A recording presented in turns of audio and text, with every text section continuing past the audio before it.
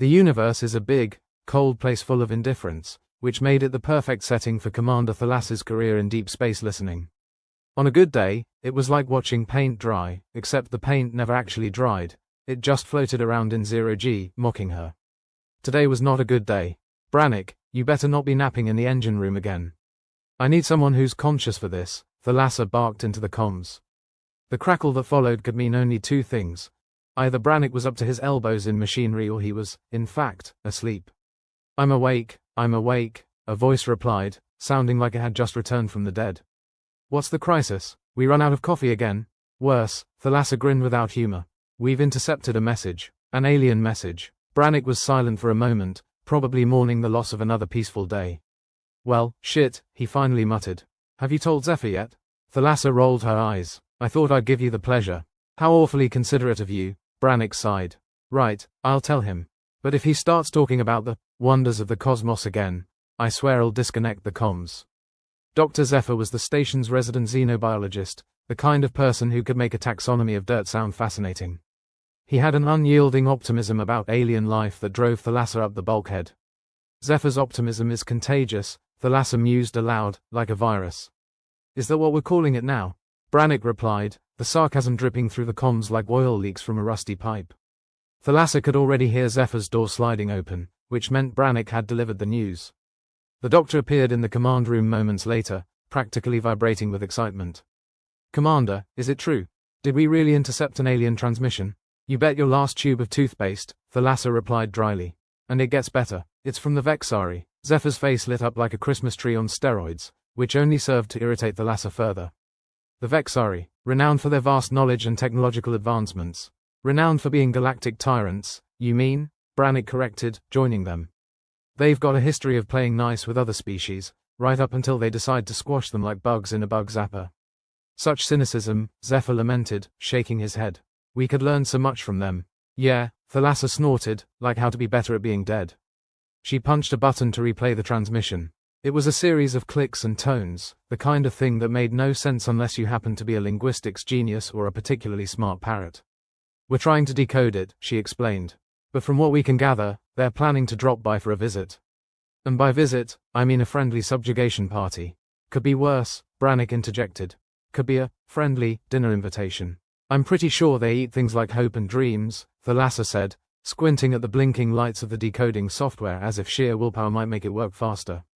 And people, Zephyr added, almost too eagerly. Let's not forget people. You're a real ray of sunshine, Zephyr, Thalassa replied, her voice dry enough to crack. So, what's the plan? Brannick asked, leaning against a console that looked like it hadn't been cleaned since the last century. Do we try to welcome them with open arms, or do we barricade the doors and pray? Option B sounds good to me, Thalassa replied, crossing her arms. But we need more info. We have to find out exactly what they're saying. Until then, we prepare for the worst. Oh, we're always prepared for the worst, Brannick said. It's the best we're never ready for. Zephyr, meanwhile, was scribbling notes like a mad scientist in the midst of a breakthrough. Imagine the biological insights, he murmured to himself. The evolutionary advancements. Focus, Zephyr, Thalassa snapped. This isn't a field trip to the zoo. This is serious. I know, Zephyr replied, though it was clear he was already lost in his own world. We'll go analyze the message again. Maybe there's a nuance we missed. As Zephyr scuttled away, Brannick leaned closer to Thalassa. You trust his analysis? About as far as I can throw this station, Thalassa replied. But he's the best we've got. Comforting, Brannick said, then turned to head back to the engine room. I'm going to check the systems. If we're really expecting trouble, I'd like to know we can at least run away properly. Good plan, Thalassa replied. Let's all make sure we can run away like cowards. Hey, cowardice is a survival instinct, Brannick called over his shoulder as he left. Thalassa watched him go, then turned back to the console. The transmission continued to play on a loop, an endless drone of ominous tones. She wondered if the Vexari was sitting on the other side of the galaxy, listening to Earth's pop music and wondering what kind of nightmare they were about to unleash upon themselves. Commander, a voice crackled from the doorway. It was Lieutenant Darrick, the station's communications officer, looking about as thrilled as a man at his own execution. We've got an update. The transmission, it's not just a visit. It's an ultimatum. Of course it is, Thalassa muttered, her voice dripping with sarcasm. Why send a postcard when you can send a hostage video? They're giving us a choice, Darrick continued, his expression grim. Join him willingly or, Thalassa held up a hand. Let me guess. Dire consequences? Pretty much, Derek nodded. They've got a whole list of unpleasant things they're threatening to do. Sounds like my mother-in-law. Brannick's voice came through the comms, back from the engine room already. They've got a special way with words, these Vexari. Thalassa sighed, pinching the bridge of her nose. Alright, let's get everyone together. We need to decide how we're going to handle this. Derek, get the message to HQ. Let them know what's going on. On it, Derek replied, already keying in the transmission codes. And tell them to bring snacks if they're coming, Brannick added. We're out of everything good. Snacks, Thalassa repeated, shaking her head. Because that's what we need right now. As Derek left, Thalassa sat down, running a hand through her hair. She could feel the weight of the situation pressing down on her like a black hole. This was not what she signed up for. She was supposed to listen to the void, not negotiate with it. Commander, Zephyr's voice crackled through the comms again. I've got something. You need to see this. Please tell me it's good news, Thalassa replied, though she doubted it. Let's just say it's interesting. Zephyr's voice had the tone of someone who'd just discovered a new species of cockroach. Be right there, Thalassa replied, dragging herself up and heading towards the lab. She found Zephyr hunched over a console, surrounded by an array of screens displaying the alien transmission in various forms. What have you got, Doc? She asked, peering over his shoulder. It's the structure of the message, Zephyr explained, pointing at a series of wave patterns. There's a pattern here that suggests a second layer of communication, something hidden within the primary transmission. A hidden message? Thalassa raised an eyebrow, like a secret handshake for the galaxy's biggest bullies. Exactly, Zephyr nodded, clearly thrilled by the prospect. If we can decode it, we might find out more about their true intentions. Or maybe it'll just be their version of cat videos, Thalassa muttered. But it's worth a shot. How long do you need? Not long, Zephyr replied, fingers flying over the console. If my calculations are correct, we should know in a matter of hours. Great, Thalassa said, clapping him on the shoulder. Keep me posted, and don't get too excited. This isn't a science fair. Understood, Zephyr replied, though the gleam in his eye suggested otherwise. Thalassa left him to his work and returned to the command room, where Brannick was already waiting. So, what's the verdict? He asked, leaning back in his chair. Zephyr thinks he's found a hidden message within the main one, Thalassa replied, sitting down heavily. Says it might give us more insight into what the Vexari are planning. Or just another list of demands, Brannick suggested. Either way, we'll know soon enough. Thalassa nodded, staring at the half-eaten meal in front of her. It had long gone cold, not that it mattered. Out here, everything was cold. Let's hope it's something useful, she said, pushing the plate away. We could use a win. Wins are overrated, Brannick replied. Survival's what counts. Truer words were never spoken, Thalassa agreed, the hint of a smile playing at her lips. The comms crackled again, and Derek's voice came through. Commander, we've got a response from HQ. They're sending reinforcements. ETA 48 hours. Well, that's something, Thalassa said. Better late than never. I'll make sure the guest rooms are ready, Brannick said with a mock salute. And by ready, I mean just as shitty as the rest of this place. I wouldn't expect anything less, Thalassa replied. She leaned back in her chair, watching the endless expanse of stars shimmer outside the viewport. Whatever happened next, they'd face it together, with sarcasm, skepticism, and maybe a little hope. Maybe. As the station hummed with the sound of working machinery and the crew's muted chatter, Thalassa allowed herself a moment of introspection. The Vexari were coming, and there was no stopping them. But they weren't the first to underestimate humanity's stubbornness, and they wouldn't be the last. Commander, Zephyr's voice interrupted her thoughts. I've got it. You're going to want to see this. On my way, Thalassa replied, her curiosity piqued. She pushed herself up from the chair, feeling the weight of anticipation mixed with dread. As she walked down the corridor towards Zephyr's lab, she couldn't shake the feeling that whatever he'd discovered would change everything. And not necessarily for the better. As Thalassa trudged down the corridor, she couldn't shake the feeling that she was heading into something messier than Brannick's bunk after a late-night snack binge. Zephyr's hidden message likely wasn't a recipe for friendship bracelets.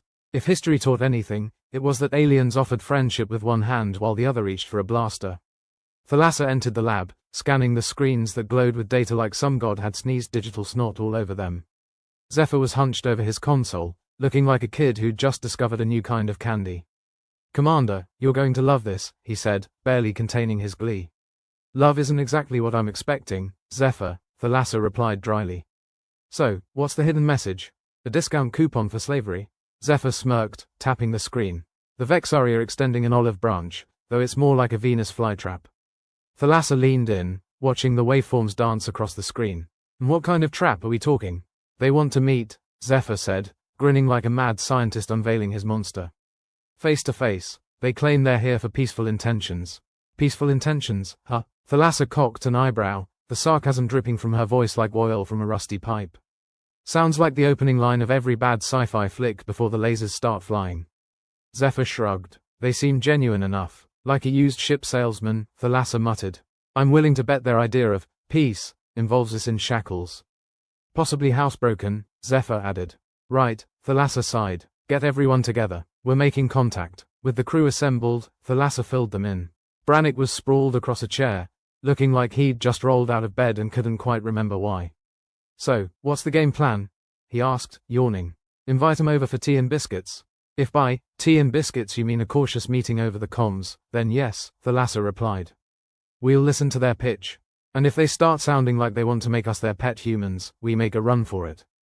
Darrick, who had been unusually silent, piped up. Do you think they'll actually board the station? Thalassa shook her head, doubtful. But if they do, we better be ready to greet them with something more potent than cookies. Like our special. We really don't want guests. Look, Brannick said, stretching. I've been perfecting mine for years. Perfect, Thalassa nodded. Then let's get this show on the road. They made their way to the command center, the air thrumming with nervous energy. The comms screen blinked to life, and an image slowly resolved into view. The Vexari ambassador appeared, resembling a cross between a squid and a disgruntled librarian. It floated in its chamber, tentacles drifting lazily, eyes too numerous and too knowing. Greetings, humans, the Vexari said, its voice smooth and oddly melodic. We come as friends. Thalassa barely restrained a snort. Greetings, Vexari. I'm Commander Thalassa. What brings you to this corner of our galaxy? Exploration and cooperation, the Vexari replied, its tentacles undulating like it was considering a dance move. We have observed your species and find you intriguing. Like an exotic pet, Brannick muttered under his breath. Thalassa shot him a glare. Intriguing how? The Vexari's eyes narrowed, if that was even possible. Your resilience is commendable. We believe a partnership would benefit both our species. Imagine the knowledge we could share. Yeah, like how to avoid ending up as their science project, Thalassa whispered to Brannick. The Vexari continued, seemingly oblivious to the sarcasm. We propose a meeting to discuss more domesticated arrangements. Thalassa's brain screeched to a halt. Domesticated? She repeated, each syllable dripping with disbelief. Yes, the Vexari said, its tone suggesting that it thought it was offering a spectacular deal. We've found that many species thrive under our guidance. You'd be cared for, protected. Brannick coughed, covering a laugh. So, they want to put us on leashes? Thalassa rubbed her temples. That's quite the offer. I assume there's a catch. Only that you submit to our leadership, the Vexari replied, as if it were offering free ice cream. Leadership? Thalassa's voice was sharp enough to cut steel.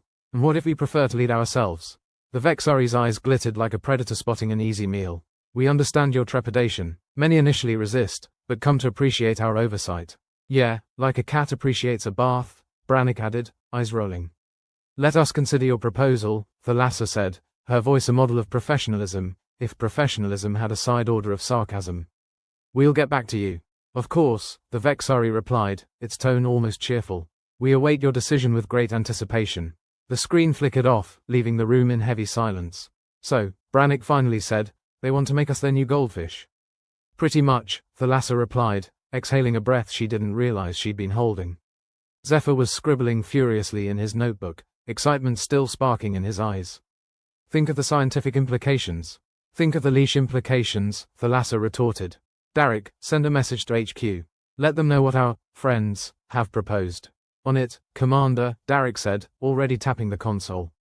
Brannick tilted his chair back, balancing precariously. So, what's plan B? You know, when they decide we're not signing up for their summer camp. Thalassa leaned against the console, staring out at the cold, indifferent stars. We hold out for reinforcements. And if things get ugly before then, we do what humans do best. Complain, Brannick suggested. Survive, Thalassa corrected, though her lips twitched with a reluctant smile. The hours ticked by at the pace of a slug in a tar pit. Thalassa found herself wandering the corridors, every clank and groan of the station echoing in the silence. She could feel the tension building, a storm cloud ready to burst. The Vexari, with their polished words and slimy offers, loomed large in her thoughts. Peaceful intentions, my ass, she thought grimly. As the crew gathered again, the weight of the decision was palpable. Zephyr, Any progress on that hidden layer? Thalassa asked, hoping for a miracle in the form of a translation error that suggested, domesticated, actually meant, let's hang out as equals. Zephyr shook his head. It's clear, they want us as companions, but the definition of companions leaves a lot to be desired. Brannick leaned forward, elbows on knees. So we're down to waiting for backup or running like hell? Thalassa nodded, and hoping the Vexari don't decide to take matters into their own tentacles before then. Always comforting to have options, Brannick said with a scoff. What about the station's defenses?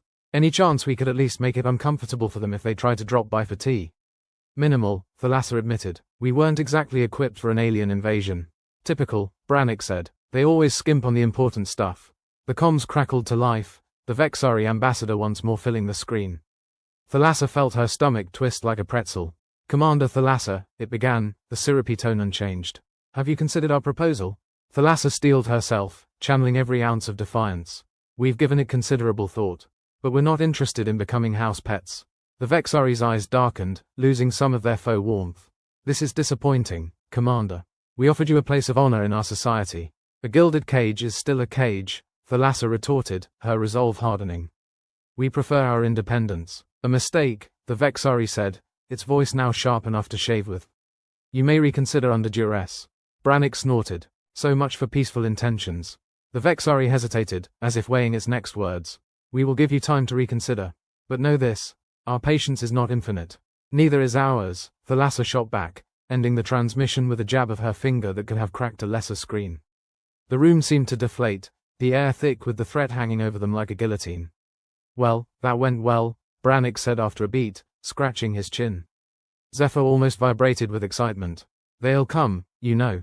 They won't take no for an answer. Then we'll just have to show them our best, get off my lawn, impression, Thalassa replied, her voice steady. Darrick finished sending off the latest update to HQ, his fingers dancing over the keys. Reinforcements are still on schedule, Commander. 48 hours. A lifetime, Thalassa murmured. We just need to keep them at bay until then. Brannick stood, stretching out his shoulders. Guess I better make sure the engine room's ready to go. Just in case we need to beat a hasty retreat. Thalassa nodded, grateful for the distraction of busy work. Good idea. Zephyr, keep working on that transmission. There might be something we've missed. Zephyr gave a thumbs up, already turning back to his beloved data. On it, Commander. We'll crack this yet. As the crew dispersed, Thalassa lingered, staring once more at the endless expanse outside. The universe was vast and uncaring, a Goliath that didn't give a damn about one small station and its even smaller crew. But Thalassa knew one thing. They weren't going down without a fight. The Vexari might have mistaken humanity's stubborn streak for something they could tame. They were in for a rude awakening. Let's get to work, Thalassa said to no one in particular, the words echoing around the command center like a rallying cry. Thalassa leaned against the cold metal wall of the command center, feeling like she'd just turned down an offer to join the universe's most exclusive cult. Brannick and Zephyr were milling around the room, trying to look busy while actually doing very little. The eerie silence was only interrupted by the soft hum of the station's systems. So, the Vexari want to play mind games, do they? Thalassa mused aloud, cracking her knuckles as if preparing to meet the aliens in a bar fight instead of a psychological showdown. Brannick, who had been staring at the ceiling as if searching for divine inspiration, or maybe just a leak, shrugged. Typical alien stuff, friendly on the surface, but they're probably planning to dismantle us like that old toaster I tried to fix last week. More like incinerate, Zephyr piped in, his eyes still glued to a series of fluctuating numbers on his console. If they can't have us as pets, they'll probably settle for smoking us like overcooked spare ribs. Thalassa sighed, glancing over at Zephyr. Any ideas on how to counter this? Or are we just sitting ducks waiting for the skillet? Zephyr furrowed his brow, tapping furiously on the console. Well, they're broadcasting on frequencies that shouldn't even be able to reach us. It's like they're in our heads already. We might need to shake up our comms. Right, Thalassa said, rubbing her chin thoughtfully. Comm jamming it is, then. Brannick, think you can rig something up that scrambles their signals without turning us into walking migraines? Brannick smirked, pushing off from the wall. Piece of cake, or at least, a stale biscuit. Let me see what I can do.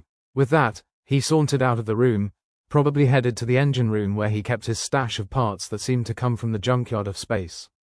Thalassa watched him go, a sharp pang of unease settling in her chest. Zephyr, I need you to keep an eye on those comms, she said, shaking off the feeling. If the Vexari try anything else, I want to know before they even finish the first tentacle twitch. Zephyr nodded, his enthusiasm for the challenge overshadowing the looming threat of alien oppression. I'll dissect their signals better than a frog in a high school science class. That's the spirit, Thalassa replied, trying to summon up a grin. It came out more like a grimace, but maybe that was fitting. As the hours dragged on, the station's metal corridors felt more like the insides of a coffin. Thalassa walked them with the heavy steps of someone who wasn't sure if she was a warden or an inmate. Time ticked by with all the speed and grace of a snail on a treadmill.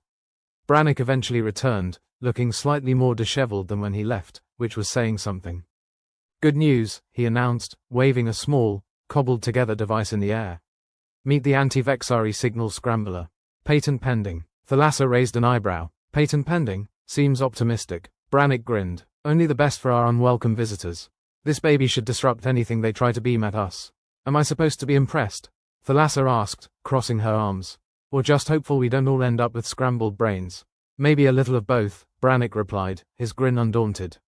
With the device set up and humming along with the station's systems, it was time to see if they'd made a dent in the Vexari's plans to turn them into mind-mushed minions. Thalassa kept a close watch on the comms, but there was an uneasy quiet, as if the Vexari were biding their time or recalibrating their nefarious strategies. Did it work? Zephyr asked, sidling up beside Thalassa, his eyes wide with curiosity. Maybe, Thalassa said, not entirely sure herself. Or maybe they're just regrouping. Or plotting something even more devious, Zephyr offered cheerfully, as if suggesting they order dessert. Thanks for that, Thalassa replied dryly. I was nearly feeling optimistic. Zephyr chuckled. Wouldn't want that. Optimism might lead to hope, and we all know how disastrous that can be. Thalassa rolled her eyes, but couldn't help a fond smile. Let's just stay ready. They're not done with us yet. The next few hours passed in a haze of anticipation and dread. Even with the signal scrambler working, or possibly working, Thalassa felt like they were sitting on a live wire, waiting for the inevitable spark. The station's bulkheads creaked ominously, an unsettling chorus to the crew's growing anxiety. Brannick, never one to sit still for long, had resumed his usual perch in the engine room, tinkering with whatever caught his fancy. Zephyr was buried in data, his fingers a blur across the console as he tried to decipher any hint of the Vexari's next move. And then, as if on cue, the comms crackled to life with a sound like nails on a chalkboard. Thalassa winced, as did everyone else within earshot. The Vexari ambassador's voice oozed through the speakers, smooth and melodic like a snake charmer's tune. Humans, it began, its voice as cloying as ever. We wish to understand why you resist our generous offer. Thalassa closed her eyes briefly, summoning every ounce of patience she didn't have. Perhaps because we're not fond of being reduced to glorified pets, she replied, each word dipped in acid. We merely wish to enhance your existence, the Vexari insisted, as if they were offering a luxury spa weekend instead of lifelong servitude. Brannick snorted, his voice a low mutter. Enhance our existence by taking away everything that makes us human. Great offer. Thalassa ignored him, focusing instead on the ambassador's next words. We know you have attempted to block our communications, the Vexari continued, a hint of displeasure creeping into his voice. This is unwise. Unwise is my middle name, Thalassa shot back, crossing her arms over her chest. And it's a family trait. We will give you another opportunity to reconsider, the Vexari said, its tone silkier than before. But be warned, our patience is not eternal. Neither is ours, Thalassa countered, a wry smile tugging at her lips. The transmission cut off abruptly, leaving the room in an expectant silence. Zephyr glanced over at Thalassa, his expression one of barely contained excitement. They know we're onto them. This is good, right? In a very bad, very dangerous way, yes, Thalassa replied, rubbing her temples. Brannick, how's that engine of yours looking? Brannick grinned, giving her a thumbs up, purring like a kitten, a very angry, very fast kitten. Then we might just have a fighting chance, Thalassa said, her voice laced with determination. If they try anything, we'll be ready. The crew settled into an uneasy vigil, each of them poised for the Vexari's next play. Thalassa found herself pacing the command center, her mind racing with strategies and contingencies. Outside, the stars glittered with indifference, a cosmic audience to their little drama. And then it happened. The station shuddered, a low rumble passing through its bones like a ghostly tremor. Thalassa's heart skipped a beat, dread clenching like a vice around her chest. Now what? Brannick asked, his voice a mix of exasperation and grim amusement. Feels like they're trying a more direct approach, Zephyr suggested, tapping away at his console with renewed vigor. Thalassa nodded, her jaw set in a hard line. Brace yourselves. This might get ugly. Almost on cue, the comms crackled again, but this time it wasn't the Vexari's dulcet tones. Instead, it was a harsh, discordant static that seemed to crawl under their skin, setting nerves on edge. "What the hell is that?" Brannick demanded, covering his ears. "Some kind of psychological attack," Zephyr guessed, wincing as he adjusted the audio settings. "They're trying to mess with our heads." "Well, they're doing a damn fine job of it," Thalassa muttered, fighting the urge to claw at her own skull. Brannick was already on his feet, moving with purpose.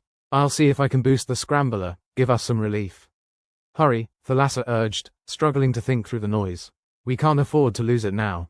Brannick disappeared into the corridor, leaving Thalassa and Zephyr to fend off the creeping unease that threatened to overtake them. The static continued, a relentless onslaught that frayed nerves and made concentration a distant memory. Zephyr glanced up, his eyes wide with something close to fear. "We need to hold on, Thalassa. Just a bit longer." Thalassa managed a tight nod, her thoughts a chaotic swirl. "We will. We've got no other choice." The minutes dragged on, each one a small eternity. Thalassa felt her sanity slipping, each second chipping away at her resolve. But she refused to let the Vexari win, refused to give in to their insidious tactics. And then, as suddenly as it had begun, the noise stopped. The silence was deafening, a blessed relief that left them all reeling. Brannick returned, looking more than a little smug. "Think I managed to outsmart them, for now." Thalassa exhaled a shaky breath, her relief palpable. "Good work. Let's hope it holds." Zephyr leaned back in his chair, exhaustion etched into his features. "I think I need a vacation after this." "Join the club," Thalassa replied, the ghost of a smile on her lips. "But first, we've got a station to defend." As the crew regrouped, their determination was renewed, a fierce resolve to see this through to whatever end awaited them. The Vexari might have underestimated the tenacity of their prey, but Thalassa was determined to show them just how stubborn humans could be. "Let's keep an eye on things," Thalassa ordered, her voice steady and commanding. "We might have won this round, but they're not done yet." And so they braced for the next onslaught, ready to meet whatever the Vexari threw their way with grit, humor, and a healthy dose of defiance. The universe might be indifferent, but they were anything but. If the Vexari wanted a fight, they were going to get one. The hum of the station's systems was now less a comfort and more a taunt, like a mosquito that just wouldn't quit buzzing. Thalassa rubbed her temples, a futile attempt to massage away the stress that had settled there like an unwanted houseguest. The Vexari were playing their cards, and she was stuck with a hand that might as well have been blanks. "You know," Zephyr said, tapping away at his console, "if the Vexari were really interested in enhancing our existence, they could start by sending over a decent playlist." "This noise is giving me a headache. I'll put in a request for some jazz," Thalassa replied dryly. "Right after I ask them to quit trying to screw with our heads." Brannick ambled back into the command center, looking like he'd been wrestling with a hydra and lost. "Bad news, folks," he announced, throwing himself into a chair.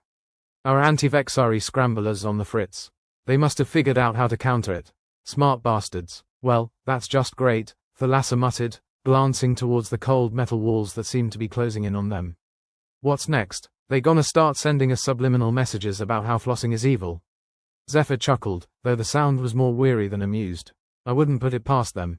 They're clearly very focused on our dental hygiene." Brannick snorted, rubbing his eyes. "Maybe they just want to keep our teeth clean for when they eat us." "Enough," Thalassa interrupted, trying to keep the crew's spirits from careening off a cliff. "We're not beaten yet. We just need to get a little more creative." Brannick leaned back, folding his arms behind his head. "Creative, huh? Well, unless one of us is secretly a genius with alien tech, we might be fresh out of ideas." Zephyr suddenly perked up, his fingers dancing across the console with renewed vigor. "Hold on, I might have something." Thalassa turned to him, hope mingling with skepticism. "You've got a plan, Doc?" "Kind of," Zephyr said, not glancing up from the screen. "I'm tracking fluctuations in the Vexari's transmissions. They're not as seamless as they seem. There's a biological rhythm to their signal. If we can exploit that, we might find a way to knock them off balance," Thalassa finished, catching on. "You're saying they've got a weak spot?" Zephyr nodded, a smile creeping onto his face. "Exactly. It's like they're breathing through their transmissions. If we can disrupt that pattern, then maybe we can make them choke on their own damn noise," Brannick added, the glint of mischief in his eyes. "I like it." Thalassa felt a spark of something like hope. Or maybe it was just less despair. Either way, it was worth pursuing. "All right, Zephyr, get on it. Brannick, see if you can rig something up to hit them where it hurts." "You got it, boss," Brannick replied, already rising to head back to the engine room, his makeshift sanctuary. As he left, Thalassa felt the weight of her responsibility settle more heavily on her shoulders. The Vexari might be alien, but they were proving to be all too human in their cunning. She needed to keep the crew together, needed to drive a wedge into the cracks of their foe's facade before it was too late. Zephyr, still staring at his console, murmured, "You think this will work?" "Honestly," Thalassa said, leaning against the wall, "I have no idea, but it's better than sitting here waiting for them to turn us into obedient little drones." Zephyr sighed, running a hand through his hair. "You realize they're not just going to sit back and let us take potshots at him, right?" "Oh, I expect they'll retaliate," Thalassa said, a grim smile playing on her lips. "That's why we make the first shot count." The station groaned as if in agreement, or perhaps it was just protesting the strain of keeping him alive. Thalassa wasn't sure anymore. The lines between friend and foe, hope and despair, were blurring faster than she could redraw them. Zephyr broke the silence, his voice subdued. "You ever think maybe we're out of our depth? Just a bunch of humans playing at war in the vastness of space?" Thalassa shrugged, feigning a nonchalance she didn't feel. "Every day, but we keep fighting anyway. It's what we do." Zephyr nodded, though he didn't look convinced. "I just hope we're fighting the right battle." Thalassa opened her mouth to reply when a sudden, violent shudder rocked the station. She grabbed the edge of the console to steady herself, heart pounding in her chest. "Looks like they've decided to speed things up," Zephyr said, his voice a mix of fear and dark humor. "Brace yourself," Thalassa ordered, her mind racing through a dozen contingency plans. This could get messy. The comms erupted into a cacophony, the Vexari's dulcet tones replaced by something harsher, more insidious. It was as if they were peeling back layers of their own deception, revealing the raw intent beneath. "Humans," the voice hissed, the charm gone, replaced by something cold and unforgiving. "We offered you a chance to join us. You persist in resistance. This is futile." Thalassa stepped forward, her voice a razor's edge. "Funny, I was about to say the same thing to you." The Vexari's laughter was a sound that grated against her nerves, a dissonance that set her teeth on edge. "You cannot win. You delay the inevitable." "Yeah, well," Thalassa shot back, a mocking lilt to her words, "the inevitable is gonna have to wait. We're not done here." The transmission cut off, leaving the air thick with tension and the unspoken threat of what was to come. Zephyr glanced at Thalassa, his eyes a little too wide, his bravado fraying at the edges. "You really think we can pull this off?"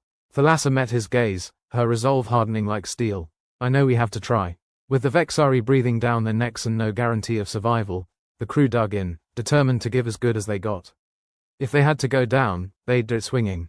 Brannick returned, his hands full of cables and devices that looked like they'd seen better days. "All right, folks, got us a little surprise package here. You're a miracle worker," Thalassa said, the closest she'd come to a compliment all day. Brannick winked. "Don't go spreading that around. I've got a reputation to maintain." Zephyr leaned in, examining Brannick's handiwork. "This gonna be enough to make them back off?" "Well, it might just be enough to make them rethink their life choices," Brannick replied, a wicked grin on his face. "That's the spirit," Thalassa said, giving him a nod of approval. "Let's see if we can give them a taste of their own medicine." They worked quickly, setting up the device in the center of the command room, each movement precise and careful.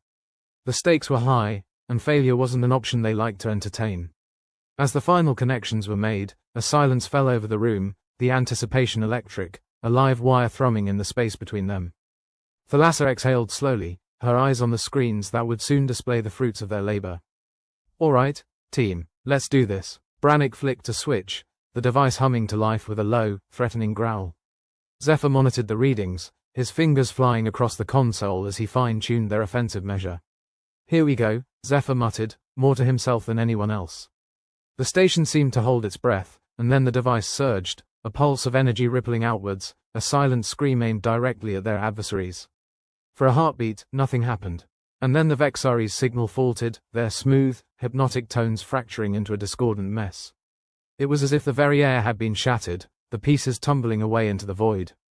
"Direct hit," Zephyr announced, a note of triumph in his voice. "We've disrupted their rhythm." Thalassa felt a thrill of something that might have been victory. "Nice work, Doc. Let's keep it up." The Vexari wouldn't be caught off guard for long, but they'd been shown they weren't invincible, and Thalassa would take that small win any day. Brannick chuckled, leaning back with satisfaction. "Guess they didn't see that one coming.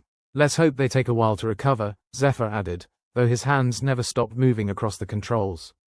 Thalassa watched the screens, her mind already calculating their next move. The Vexari weren't beaten yet, but they'd given them a bloody nose, and that was a start. "Stay sharp," she said, her voice steady with command. "They'll be back, and we need to be ready." As the station settled into the uneasy silence that followed, Thalassa felt a flicker of hope amidst the dread. It wasn't much, but it was enough to keep them fighting, enough to remind them that they were still in this game. The universe might be indifferent, but they weren't. And as long as they drew breath, they'd keep proving it, one battle at a time. The station groaned like an old man getting out of bed, which was fitting because Thalassa felt like she'd aged a few decades since breakfast. Just when they'd managed to throw a wrench in the Vexari's plans, the bastards decided to kick things up a notch. An alert blared, its shrill tone grating enough to make Thalassa reconsider the whole "humans are intelligent life" argument. More company? Zephyr called over the din, his voice strained but with that annoying optimism he never quite shook off. Thalassa's eyes flicked to the screen, which showed a mass of red blips closing in. Looks like they sent the welcome committee. Must think we're VIPs. Brannick snorted, busy with a console that looked like it was held together by sheer willpower and some creative wiring. If we're VIPs, I'd hate to see what happens when they roll out the red carpet. Thalassa turned her attention to the comms, her fingers dancing over the controls. Let's keep the party going. Maybe they'll get bored and go home. Zephyr laughed, a short, sharp bark. Yeah, and maybe they'll send us a fruit basket to apologize for the inconvenience. The station shuddered again, this time with enough force to send Thalassa crashing into the bulkhead. Damn it, she bit out, rubbing the new bruise forming on her shoulder. Brannick, tell me you've got something up your sleeve. Brannick's response was grim. My magic tricks are kinda low on rabbits, Commander. But I've rigged a little surprise if they get too close. Care to share with the class? Zephyr asked, his fingers continuing their frantic dance across his console. Brannick grinned, though it was more grimace than humor. Let's just say, if they try to board us, they're in for a shocking experience. Thalassa managed a weak chuckle. An electrified welcome mat. Nice. Always wanted to throw a barbecue, Brannick replied. The station's systems groaned again, a symphony of metal and misery. For a moment, Thalassa allowed herself to hope that maybe they'd hold the line. Then the lights flickered and died, plunging the room into darkness.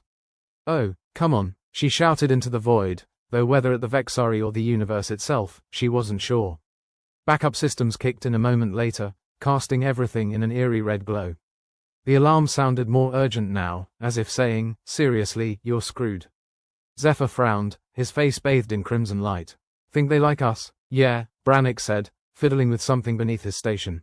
Like a cat likes a mouse it's tired of playing with. Thalassa took a breath, trying to ignore the gnawing dread. Zephyr, what's the status on our little disruption device? Still operational, Zephyr replied, eyes glued to the numbers. But I don't know how long we can keep it running at this intensity without frying the whole system. Great, Thalassa muttered. Let's just hope we can outlast them. A sudden, jarring noise filled the air, a combination of static and what sounded like alien screeching. Thalassa winced, trying to drown out the discomfort with pure annoyance. Guess they're tired of calling first, Zephyr said, his voice tinged with dark humor. Brannick grimaced, eyes on his makeshift defense system. Well, if they want in, they're gonna have to work for it. The comms crackled again, this time with something resembling a voice. Humans, your resistance is noted. Futile, but noted. Thalassa rolled her eyes. Well, at least they're polite. Brannick snorted. Yeah, like a waiter telling you they're out of steak after you've already ordered. The alien voice continued, its tone smooth yet dripping with contempt. Join us, and you will be rewarded as cherished pets in our grand collection. Zephyr raised an eyebrow. Did they just say pets? Thalassa's lip curled in disgust. Great, they're a bunch of cosmic cat ladies. Brannick didn't miss a beat. Do we get our own scratching posts? Zephyr grinned despite the situation. And maybe some gourmet space kibble. The station shuddered again, reminding them that the situation was anything but amusing. Thalassa knew they were running out of time. They needed to find a way to turn the tide, and fast. All right, she said, her voice firm. Zephyr, keep monitoring those transmissions. Brannick, let's see if that barbecue's ready to fire up. Zephyr nodded, his fingers flying over the console like a concert pianist on a bender. You got it, Commander. On it, Brannick replied, the tension in his voice undercut by determination. The station groaned again, but this time with a defiance that mirrored Thalassa's own resolve. They might be outmatched, outgunned, and out of options, but they weren't out of fight, at least not yet. Suddenly, the lights flickered again, and Thalassa's heart skipped a beat in the wrong direction. What's going on? Zephyr's hands flew faster, his brow furrowing. They're trying to jam our systems. If they succeed, we're sitting ducks. Thalassa cursed under her breath. Then we better start flapping. Brannick, any chance you can boost the signal? Brannick grimaced, his hands moving with frantic precision. I can try, but it's like trying to shout over a hurricane. Zephyr threw a glance over his shoulder, humor barely masking his worry. Good thing we've got the loudest mouth in the galaxy in charge. Thalassa managed a tight smile. Don't you forget it. The alien's screeching persisted, grating on her nerves with an insistence that felt personal. The Vexari might have the upper hand, but Thalassa was betting on human stubbornness to see him through. All right, she said, steeling herself. Let's give them something to choke on. Just as Brannick was about to activate their jury-rigged defense, the station shuddered violently. The lights dimmed, and Thalassa found herself tumbling forward, a sense of weightlessness suddenly gripping her. What the hell? Brannick's voice echoed, tinged with panic.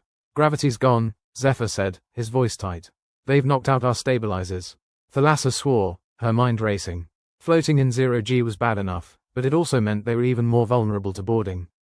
As if on cue, the comms screeched again, a cacophony of gloating alien voices.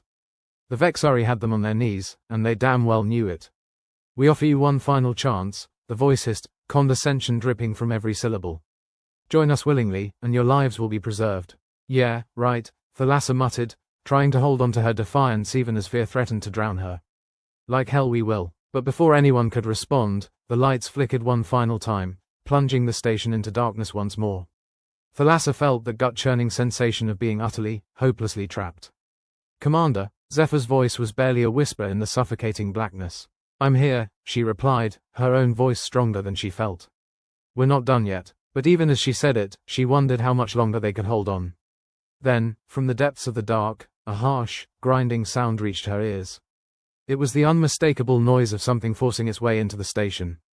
Looks like the guests of honor have arrived, Brannick remarked, his usual bravado faltering. Zephyr swallowed audibly. What do we do now? Thalassa clenched her jaw, resolve hardening. We fight, she said, even as the odds stacked higher against them. It's what we do. But even as the words left her mouth, the station shook again, and suddenly, Thalassa knew something was very, very wrong. A cold fear gripped her as she felt the floor vanish beneath her. She was falling, though without gravity, that sensation twisted into something else entirely, abduction. The darkness seemed to close in, tightening around her mind, and for a moment, she wondered if the Vexari had finally caught them in their web. Thalassa, Zephyr's voice cut through the haze, but it was growing distant, as if she were being pulled away. She reached out for something, anything, but the pull was relentless, drawing her into its depths. Her fingers grasped at air, at nothingness, and then she was gone. Gone from the station, from her crew, from everything she knew. As silence enveloped her, Thalassa realized the Vexari had captured her, leaving Brannick and Zephyr to fend for themselves. Alone in the dark, she struggled, fought with all she had, but it was useless. The Vexari had taken her, and she could only hope her crew would find a way to keep fighting, even without her. As she was dragged into the unknown, Thalassa could only hold on to one thought. That even in this pit of despair, they weren't beaten yet. Not as long as there was breath in their lungs and fire in their hearts. Back on the station, Brannick and Zephyr were left to face the music. With Thalassa gone, the burden of command fell squarely on their shoulders. Well, Brannick said, his voice shaky but determined. I guess it's up to us now. Zephyr nodded, eyes shadowed but steadfast. Yeah, guess it is. They stared at each other, the enormity of their situation crashing down and burying them in its weight. But they weren't out of options, not yet. All right, Brannick said, taking a deep breath. Let's see if we can give those bastards a run for their money. Zephyr nodded again. For Thalassa. For all of us, Brannick replied, a grim smile tugging at the corners of his mouth. And sir, amidst the chaos and the darkness, the two remaining crew members fought on, driven by the hope that maybe, just maybe, they could turn the tables and find a way to bring Thalassa back. The universe might be indifferent, but humans were nothing if not stubborn. And if the Vexari wanted a fight, then by the stars, they were going to get one. The station creaked under the cosmic pressure, its metallic skeleton groaning like an old man with arthritis. Brannick, still hanging onto the console for dear life in 0G, glanced at Zephyr with a grimace. Well, that was pretty much the worst pep talk ever. Zephyr shrugged, floating like a leaf in a hurricane. What do you expect? Thalassa was the one with the motivational speeches. I'm just the guy with the fancy degrees and an unreasonable love for multi-legged alien life.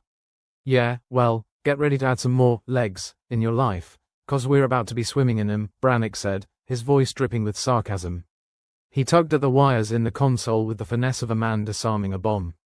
If we don't pull out a miracle, we'll end up as decorative wall art in some Vexari palace. Zephyr's fingers danced over his console's flickering screen, a blur of motion and hope. "I've been thinking," he said, his voice taking on an edge that was almost hopeful.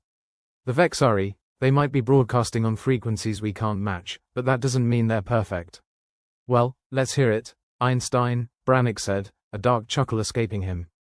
"I could use a little hope before the universe crushes it." Zephyr leaned in, his eyes gleaming with that dangerous mix of desperation and inspiration. "Every species has a weakness, right? And the Vexari, well, they're not perfect. Their biology is, let's say, unique." Brannick raised an eyebrow, the kind of skeptical look that could with the crops. "And you know this how?" Zephyr's grin was crooked and a little too wide for comfort. "Remember those intercepted messages? The ones we thought were just noise?"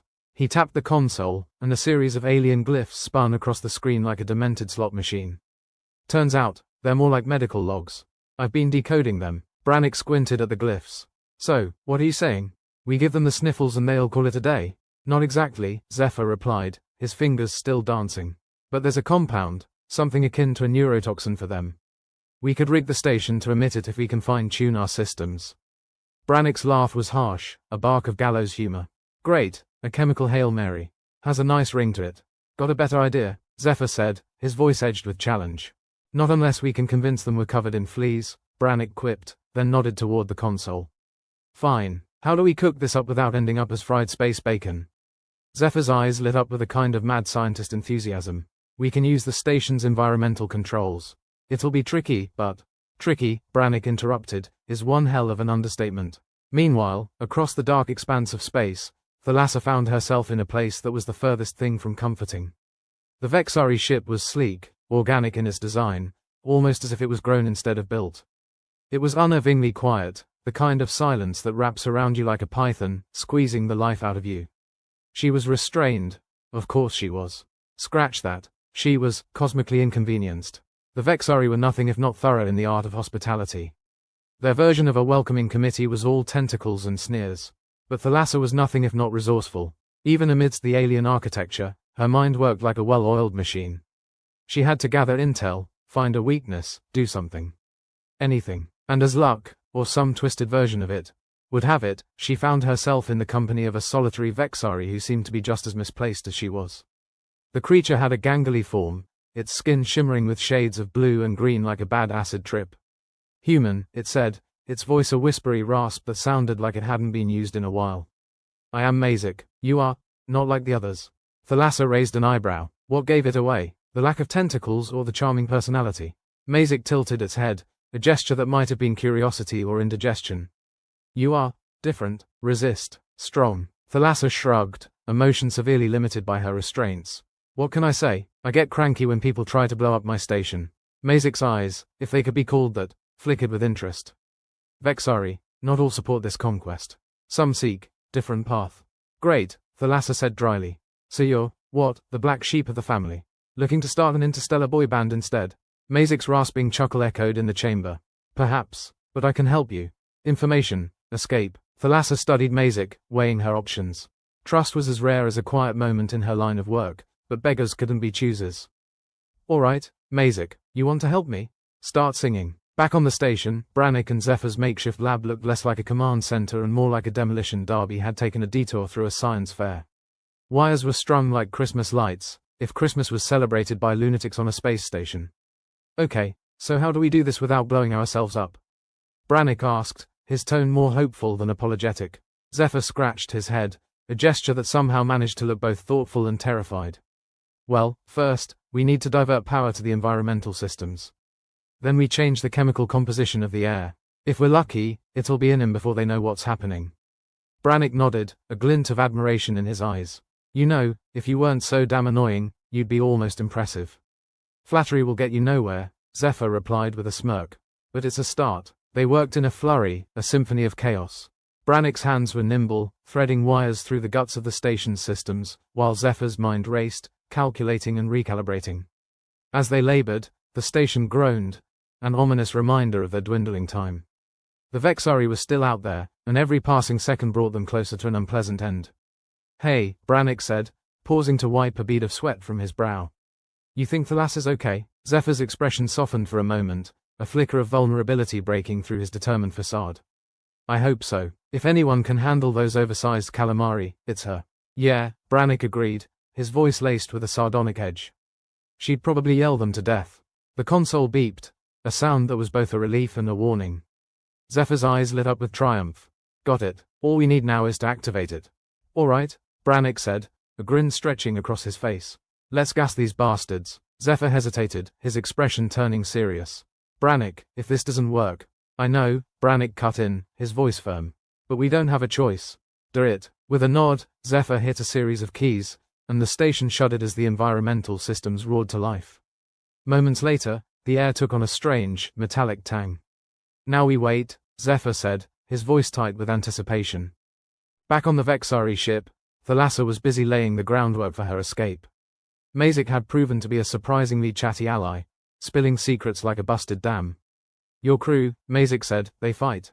Clever, resourceful. Thalassa allowed herself a brief moment of pride. Yeah, they're not bad for a bunch of misfits. Mazik nodded, its form shimmering with whatever passed for excitement. If you escape, promise, no harm to those who wish for peace. Thalassa met its gaze, something like respect flaring beneath her exhaustion. No promises, she said, but I'll do my best. Mazik seemed to accept that, its form rippling with acknowledgement. Come, I show you escape. As Mazik led her through the labyrinthine corridors, Thalassa's mind whirred with plans. She had to get back to her crew, back to her station. They needed her, and she needed them. Back on the station, Brannick and Zephyr were waiting with bated breath. The air was thick with tension, and hopefully, the Vexari's Achilles heel. Think it's working? Brannick asked, his voice a low rumble in the tense silence. Zephyr checked the monitors, his expression unreadable. Hard to say, but if they start dropping like flies, we'll know. Brannick nodded, his jaw set. And if not, well, we gave it one hell of a shot. The hum of the station's systems filled the space between them, a reminder of the stakes and the risks they'd taken. And then, finally, the monitors flickered with a new kind of activity. Zephyr's eyes widened, a grin breaking across his face. It's working. Their life signs are fluctuating. Brannick let out a breath he hadn't known he'd been holding, relief mingling with disbelief. Well, I'll be damned. We actually did it. Zephyr nodded, his smile turning into a grin that was both triumphant and exhausted. Yeah, for now, at least. They were still far from safe, but for the first time, hope glimmered on the horizon like a distant star. And as they shared a look of mutual respect and camaraderie, Brannick and Zephyr knew that they'd given themselves a fighting chance. It wasn't over, not by a long shot. But as long as they had breath in their lungs and fire in their hearts, they'd keep fighting. For Thalassa, for themselves, and for humanity's stubborn refusal to go down without a fight. Out there, in the cold grasp of space, the Vexari might have taken one of their own, but they'd underestimated the indomitable spirit of the human race. And as the station hummed with newfound energy, Brannick and Zephyr prepared for the next chapter in their fight, a chapter that, with any luck, would end with them getting their commander back and sending the Vexari packing, tails between their legs. The command center was a mess, but if there was one thing Brannick and Zephyr excelled at, it was thriving in chaos. The room was a cacophony of alarms, flashing lights, and Zephyr's irritated sighs. Well, this is a pleasant surprise, Brannick muttered, kicking a loose wire out of his path. Looks like dancing with death has become our new hobby. Speak for yourself, Zephyr replied, typing furiously at the console. I prefer less lethal pastimes, like knitting or not dying. Brannick smirked, a sardonic twist to his lips. Where's the fun in that? The station shivered around them, a gentle reminder that their home was teetering on the edge of destruction.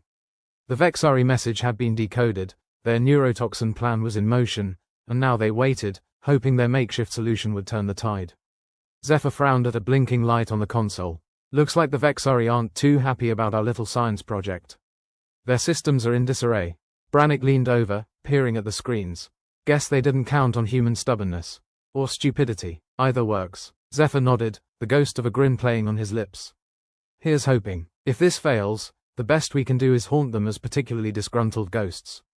Out in the vast emptiness of space, Thalassa was making strides of her own. Her newfound ally, Mazik, led her through the bowels of the Vexari ship, a winding maze of corridors that seemed designed to disorient and confound. Let me guess, Thalassa said, her voice laced with dry humor. This ship's layout was designed by a sadist. Mazik's form rippled with what might have been amusement. Vexari prefer complexity. Keeps intruders lost. Great. So what's your excuse for not getting lost, then? Thalassa quipped, ignoring the fact that she was relying on a potential double-crosser to save her skin. Remember paths, Mazik replied simply, its tone suggesting that navigating life was a simple matter of memorizing a few turns. Handy trick, Thalassa admitted. You should charge for that kind of service. Their unlikely partnership continued through the labyrinthine ship, each step bringing them closer to freedom, or a violent end. Mazik stopped suddenly at a junction, gesturing with a tentacle. Control room, there, it said, pointing towards a nondescript corridor that looked like all the others. Disable systems, create chaos. Chaos is a specialty of mine, Thalassa said, eyeing the corridor. Just don't expect me to apologize for the mess. Mazik nodded, its skin shimmering with approval. Cause chaos. Free others. Change course. Thalassa took a deep breath, squaring her shoulders. Alright, let's turn this ship upside down. Back on the station, Brannick and Zephyr were still neck-deep in their own brand of chaos. The screens showed a flurry of activity as the Vexari tried to regain control of their systems, but the human duo wasn't about to make it easy for them. Looks like they're scrambling, Zephyr said, noting the flurry of Vexari signals. Let's keep them on their toes. Brannick nodded, his fingers darting over the console. Time to double down. Let's see how they like a few glitches in their pretty little ship. As Brannick executed a series of commands, the station's systems sent a barrage of counter signals to the Vexari ship, disrupting their communications and sowing confusion among their ranks. Meanwhile, back on the Vexari ship, Thalassa approached the control room with a confidence that belied the odds stacked against her. The door slid open with a hiss, revealing a room filled with consoles and screens glowing with alien script. Alright, Thalassa, she muttered to herself, time to see if all those hours playing with computers pays off. Mazik stayed back, its presence a reassuring shadow at the edge of her vision. Disable systems, quickly. Thalassa nodded, diving into the sea of controls with a fervor born of desperation and determination. Her hands moved with purpose, tapping into systems she barely understood yet was determined to manipulate. The Vexari control room lit up with warning signs as Thalassa's efforts took effect. The ship shuddered, its systems faltering under the strain of her disruptive interference. Now that's more like it, she murmured, a satisfied smile tugging at her lips. Mazik's form shimmered with approval. Excellent. Now, escape. Back on the station, Brannick and Zephyr watched the screens with bated breath as the chaos they'd sown took root. The Vexari ship was floundering, its control systems buckling under the assault from both within and without. Looks like Thalassa's doing her part, Brannick said, a note of admiration in his voice. Zephyr nodded, relief mingling with his own resolve. Time to do ours. Let's prepare for her return. As the station's systems worked in concert to keep the Vexari at bay, Brannick and Zephyr turned their attention to securing their environment, making sure Thalassa would have a safe haven to return to. Meanwhile, on the Vexari ship, Thalassa and Mazik made their way back through the winding corridors, their plan coming together with each step. The ship was in disarray, its crew distracted by the chaos erupting around them. In here, Mazik said, guiding Thalassa to an escape pod nestled within the ship. Thalassa eyed the pod with a mixture of hope and trepidation. You sure this thing will make it? Mazik's form shimmered with assurance. Pod, functional. We'll reach your station. Good enough for me, Thalassa said, climbing into the cramped confines. Thanks, Mazik. You're not half bad for an alien with scary appendages. Mazik's chuckle was a soft rasp. Safe travels, human. As the pod's door slid shut, Thalassa settled into the seat, her mind racing with thoughts of home, her crew, and the fight that still lay ahead. With a shudder and a jolt, the pod launched into the void, carrying her away from the Vexari ship and towards the uncertain safety of the station. Back on the station, Brannick and Zephyr watched the monitors, tracking the escape pod's progress with a mix of anticipation and anxiety. Come on, Brannick muttered, leaning towards the screen as if willing the pod to move faster. Zephyr crossed his arms, a tense silence settling between them. She'll make it, she's Thalassa. As if responding to their unspoken plea, the pod's signal grew stronger, indicating its approach to the station. Relief washed over them, mingling with a sense of triumph. She's coming in hot, Zephyr said, a grin breaking across his face. Let's get ready to bring her home. The station shuddered again, a reminder that their fight wasn't over, but hope flickered like a stubborn flame. As the pod neared, Brannick and Zephyr prepared to welcome their commander back into the fold, ready to face whatever lay ahead. The pod docked with a clang that echoed through the station. Brannick and Zephyr rushed to the airlock, anticipation bubbling within them. The door hissed open, revealing a weary but determined Thalassa, her eyes blazing with the fire of hard-won victory. Miss me? She asked, stepping into the station with the confidence of someone who had just faced death and lived to tell the tale. Brannick smirked, giving her a mock salute. Like a hole in the head. Zephyr nodded, his expression a mix of relief and admiration. Glad to have you back, Commander. Thalassa grinned, clapping each of them on the shoulder. Let's not celebrate just yet. We've still got a battle to win. As the trio moved deeper into the station, their minds and hearts aligned with a singular purpose, the air hummed with possibility. Together, they were ready to face the Vexari threat head-on, armed with human ingenuity, grit, and the undeniable will to survive. Back in the command center, Thalassa took her place at the helm, her presence a beacon of strength and determination. The station may have been battered and bruised, but it was far from beaten. With Brannick and Zephyr by her side, she was ready to lead the charge. All right, team, she said, her voice strong and unwavering. Let's show these Vexari what it means to mess with humanity. The station hummed with energy, a living testament to the indomitable spirit of the crew and their unyielding resolve.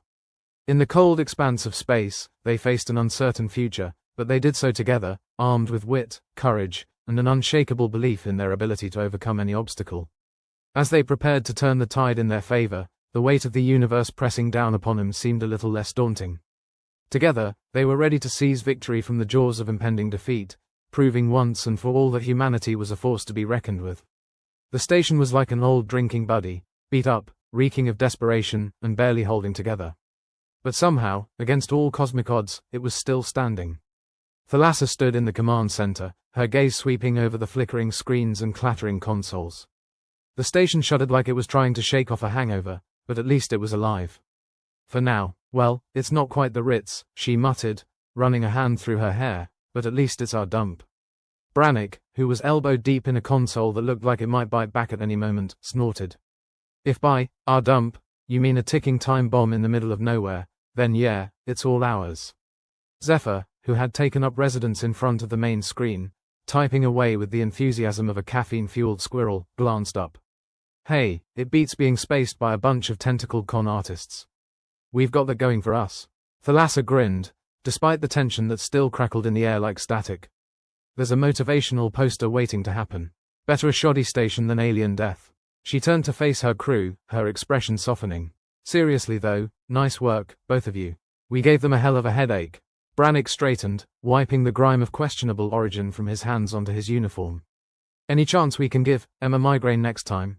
I think we've got enough on our plates without hosting another alien rave on this tin can. Zephyr chuckled, pushing his chair back with a screech that might have been the station's last cry for mercy. She's right, you know. We're still alive, they're not invading, and, best of all, they're gonna be too busy licking their wounds to bother us again for a while. Yeah, Thalassa said, until they figure out a new way to try and kill us. But hey, one crisis at a time. The three of them fell into a rhythm, working through the aftermath with methodical efficiency. The station needed repairs, and while the budget for such luxuries was approximately zero, human ingenuity had always thrived under constraints. Duct tape, after all, was the universe's great equalizer. Brannick was in the engine room, wrestling with wires that seemed determined to strangle him. His voice crackled over the comms like a bad connection. Hey, Commander, remind me who thought it was a good idea to run this place on tech that was obsolete before we even launched. Some genius with a death wish, Thalassa replied, wryly. Just keep the lights on, all right? I'm not in the mood to play hide and seek in the dark. Your wish is my command, Brannick muttered, before the sound of a minor explosion cut him off. Oops. That one's on me. Zephyr, meanwhile, was back in the lab, coaxing life out of systems that had as much enthusiasm as a sloth on sedatives. He muttered to himself, fingers flying over keys like a concert pianist trying to avoid a particularly irritable audience. Zephyr, Thalassa called over the internal comms, how's it going in there? Am I going to regret asking? Only if you hate miracles, Zephyr replied, not looking up. Or my unique brand of genius. I'd say we're running at about 60% efficiency. Which, given the circumstances, is practically a champagne-popping event. I'll take it, Thalassa said, allowing herself a small sigh of relief. Just keep the station from blowing up until I figure out how to get us more supplies. Add that to the list, Zephyr said. Right after, don't get murdered by aliens and find time to sleep. Their banter was a balm against the relentless pressure of the universe trying to crush them into dust. Thalassa appreciated it more than she let on. Humor, after all, was humanity's last line of defense against the void. That and sheer, bloody-minded stubbornness. When the repairs were as complete as they were going to get without divine intervention or, barring that, spare parts, Thalassa gathered the crew in the command center. The room had that end-of-the-world vibe that was quickly becoming their signature style. "Alright, team," she said, "let's talk about what comes next. The Vexari might be licking their wounds, but they're not going to forget about us. We need to be ready." Brannick crossed his arms, leaning against a console that groaned under his weight. "So, we reinforce what we can, keep our eyes peeled, and hope they find someone else to annoy." "More or less," Thalassa said. "But there's more to it. We need to make this place more uninviting." Zephyr raised an eyebrow. "You mean more uninviting than it already is?" "That's a tall order." "I'm thinking about our anti-Vexari defenses," Thalassa said. "We need to make sure it's not just functional but foolproof. Or at least fool-resistant." Brannick cracked his knuckles with a grin that promised trouble. "I think I can cobble together something nasty. Might not be pretty, but it'll make them think twice." Thalassa nodded, feeling a flicker of pride. Her crew might have been thrown together by fate and bad luck, but they'd come out stronger for it. There was something to be said about enduring the worst the universe had to offer and coming out with a grin. Or at least a grimace. As plans were made and tasks assigned, Thalassa couldn't help but reflect on the past few days. Against overwhelming odds, they'd faced down a threat that would have broken lesser stations, lesser crews. Instead of crumbling, they'd risen to the challenge with humor and a distinct lack of self-preservation instincts. "What's got you looking so thoughtful, Commander?" Zephyr asked, noticing her far-off gaze. Thalassa shrugged. "Just thinking about what a bunch of stubborn idiots we are. In the best way possible." Brannick laughed, a sharp bark of sound that cut through the tension. "Damn right. If there's one thing I've learned, it's never bet against human stupidity. Or stubbornness. They're practically the same thing half the time." Zephyr chuckled, leaning back in his chair. "I'll drink to that. Once we're not teetering on the edge of existential doom, that is." "Make mine a double," Thalassa said, a grin spreading across her face. "I'd say we've earned it." The station was quiet, save for the soft hum of the systems and the occasional groan of protesting metal. In the silence, there was a serenity born from the knowledge that, for the moment, they were safe. And if the universe decided to throw them another curveball, well, they'd be ready. Together, they could take on anything. Even if it required duct tape, gallows humor, and a little bit of luck. After all, that's what humanity was all about. Facing the darkness and laughing in its face, daring it to do its worst. As Thalassa glanced around at her crew, she realized that they weren't just surviving, they were thriving in their own reckless, chaotic way. The universe might have been vast and indifferent, but they were scrappy and relentless. And that counted for a hell of a lot. "All right," she said, breaking the comfortable silence. "Let's survive another day, shall we?" Brannick nodded, his expression one of determined mischief. "Just another day in paradise." Zephyr grinned, pushing away from his console. "Then let's make it a day to remember." With their spirits bolstered and their resolve unwavering, the crew set to work, ready to face whatever challenges lay ahead. For better or worse, they were in it together, a motley band of survivors in a universe that wouldn't have them any other way.